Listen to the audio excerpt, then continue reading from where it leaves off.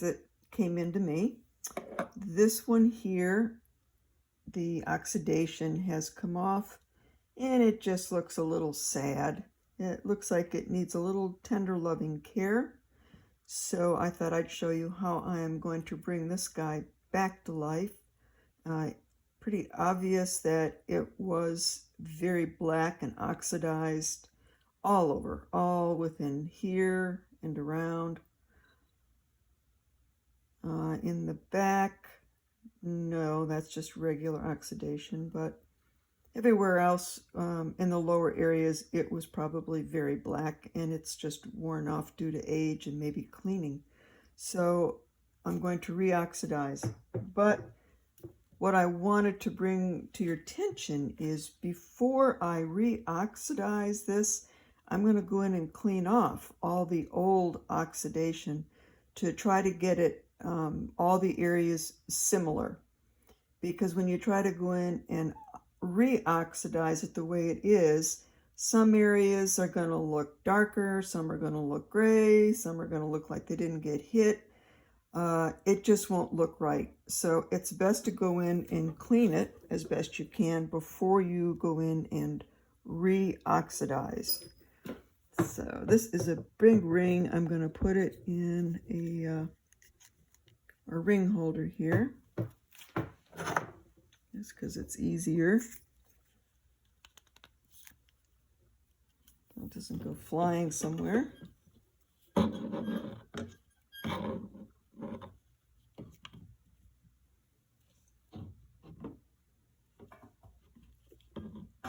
Well, hang on a minute. I've got to move this up so that I can get my hands on the camera. There we go.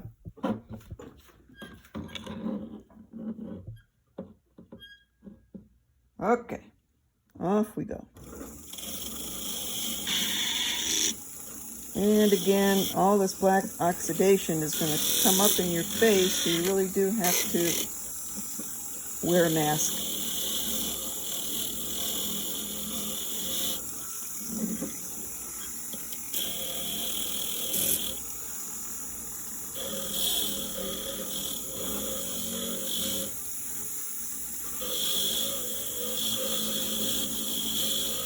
So I'm trying to hit as much as I can everywhere. Bring it back up to shiny silver. And make sure your steel brush isn't hitting your stones.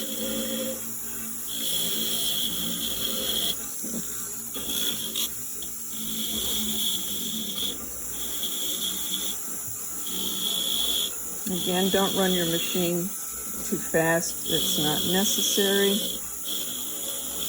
And it's better that you run it slower so that you've got control of your wheel.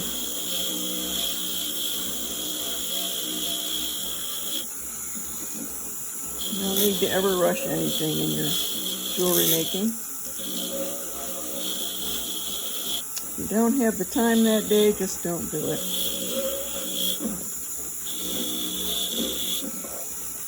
So I'm hoping you can see here that it is getting a little bit shinier.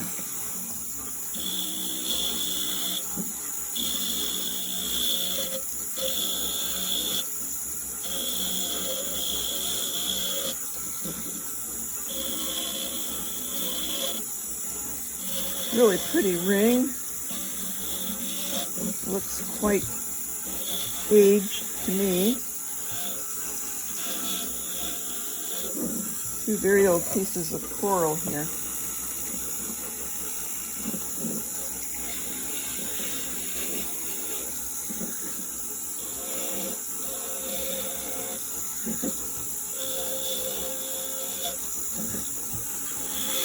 There's a lot of quartz in this turquoise here. So I am betting Sleeping Beauty or Kingman, one or the other.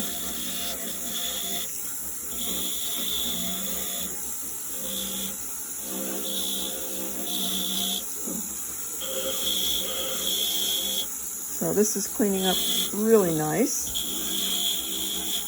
all that old tarnish and any gunk that might have been down in there is gone. So I'm going to feel a lot better about the oxidizing process being more uniform, which is what I'm looking for.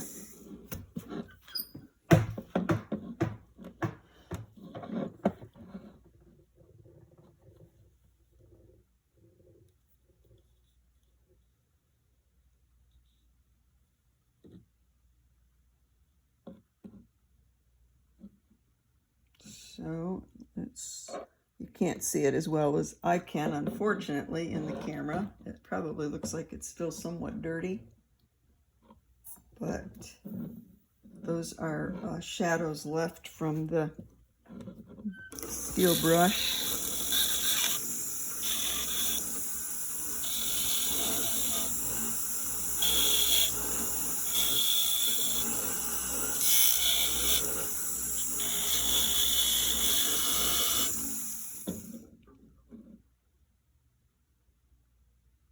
So I've gone between all the stones into the wire. Check all the way around.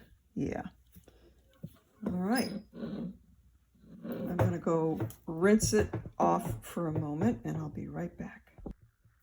Okay, so we're going to try some oxidation here.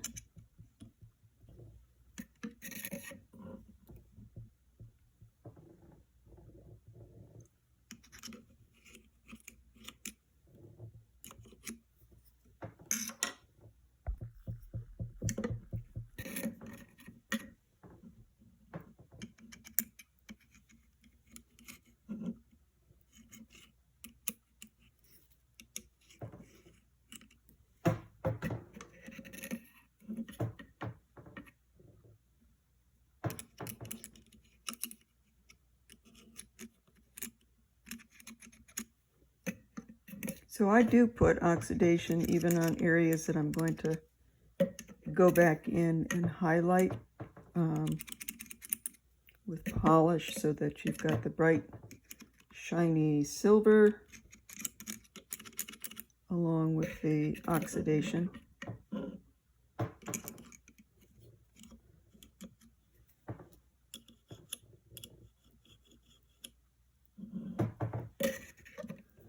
Okay, I think you can see it's all covered. Okay, so now I'm going to let that sit for a while and then I'll come back in and polish it back up. But it's going to look a whole lot better than it did when it came in. It just needed some TLC. Okay. And it's like a little nausea. It's beautiful light blue turquoise. Looks like natural turquoise to me. Very, very pretty. And it needs to be sized down. So could be a problem with that is the fact that you've got a lot of stones in here, and metal conducts heat, and in the old-fashioned soldering, which is what I do, those stones would have to come out. Sometimes with some rings I've been able to do a little heat sink, but usually that's a ring that I feel pretty comfortable is going to work, and it might just be one single stone.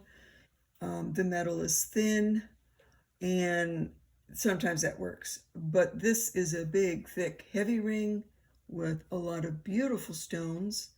The bezels are pretty tight around the stones also. So I don't really want to remove these stones at all. So I talked with the customer, and I said, the only way that I can size this ring down for you and still protect the stones is to make it what a lot of people call adjustable rings. This ring shank is nice and thick, so I've got plenty of room here to remove a little piece of silver so we can go down 2 sizes to her correct size. And then I'm not going to resolder because I'm trying to stay away from the soldering. So I will make this into an adjustable shank. So I will cut out a small piece and then file both of the sharp edges into a little bit of a more rounder shape, put it on the ring mandrel, and close it back up to the appropriate size. She should not have to do any adjusting or play with it in any way, shape, or manner, because it will be the size that she is looking for. So that is one method that you can use if you've got a favorite turquoise ring that has lots of stones and your local jeweler won't touch it. You can suggest that it be made into an adjustable ring to your size. And that is a way that you can go. So that's what we're going to do with this ring here, is take it down 2 sizes. So there is no easy way for me to put this in here because of this funny shape. So I'm just going to have to hold it the best that I can. Let's see here, when I do my soldering, when I do my sawing. Let's see, how do I want to work this? I think I'm going to try it. I think I'm going to try it like this. I can see the solder line in the middle, so I'm going to go off on either side of that solder line.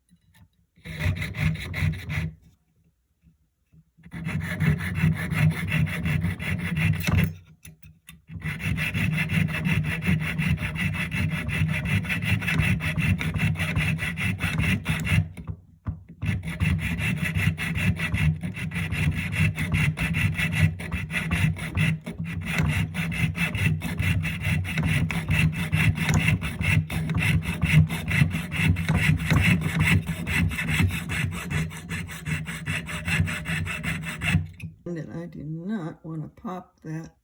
There we go. The solids can break pretty easily.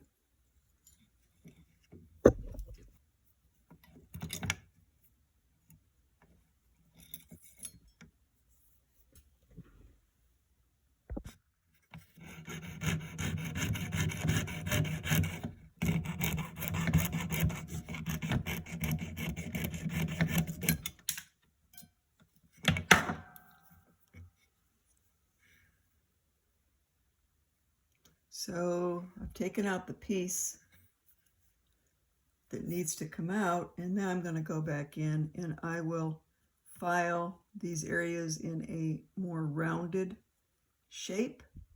Make sure they're nice and smooth, polish it, and then we'll put it on the mandrel and get the correct size. So this is sitting at an 8.5, and she needs it to go down to 2 sizes, so that's going to go down to a 6.5. The other thing that needs to be considered is you need to go inside the ring shank and see if you're going to be interrupting the hallmark, because a lot of times they do put hallmarks down there. Sometimes it's right where you got to take your metal out, and there's not much that you can do about it. Fortunately, on this ring, we didn't have to worry about that because the hallmark is right here. So we got lucky with that one.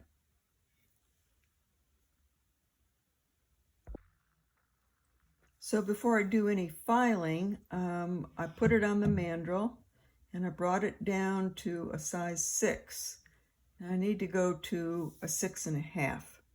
But by the time I round this ring out, it will be a perfect 6.5. So I always like to go just a little bit smaller.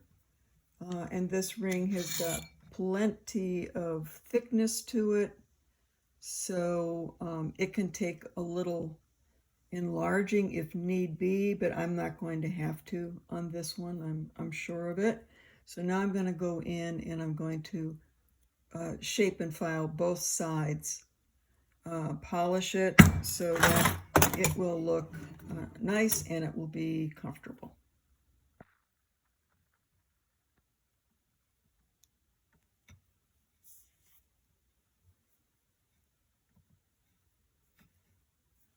Okay, so I did all the polishing, filing, everything feels nice and smooth. So now we're going to make it 6.5. It should be around a 6 and a 6.25 right now. Yeah, it's about 6.25 right now.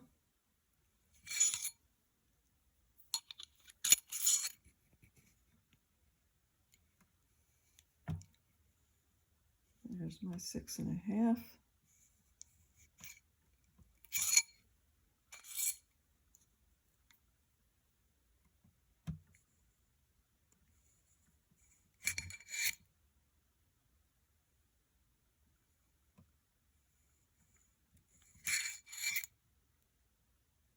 Perfect. That's where we want to keep it. She's a 6.5. And I'm a 6.5. So let's see. It works. It's quite a ring. Let's see, go in the other direction. Yeah, it's probably better that way. So now she's got a ring that she can wear and it'll fit her. It'll be comfortable. She's not going to have to do anything to it if she wants to just keep it at that 6.5 size. So that's what you can do if you've got a ring with a lot of stones in it and your jeweler says, no, no way, I'm not going to take the stones out. Just ask him to make your ring adjustable. Okay, thanks for watching. Bye-bye. And remember this one? It's been reoxidized and repolished and looks the way it would have looked when it was first made. So the good trick to this one is when you reoxidize an old ring, get all the old oxidation off first and then go back in and you will have a much smoother and uniform oxidation. Okay, bye.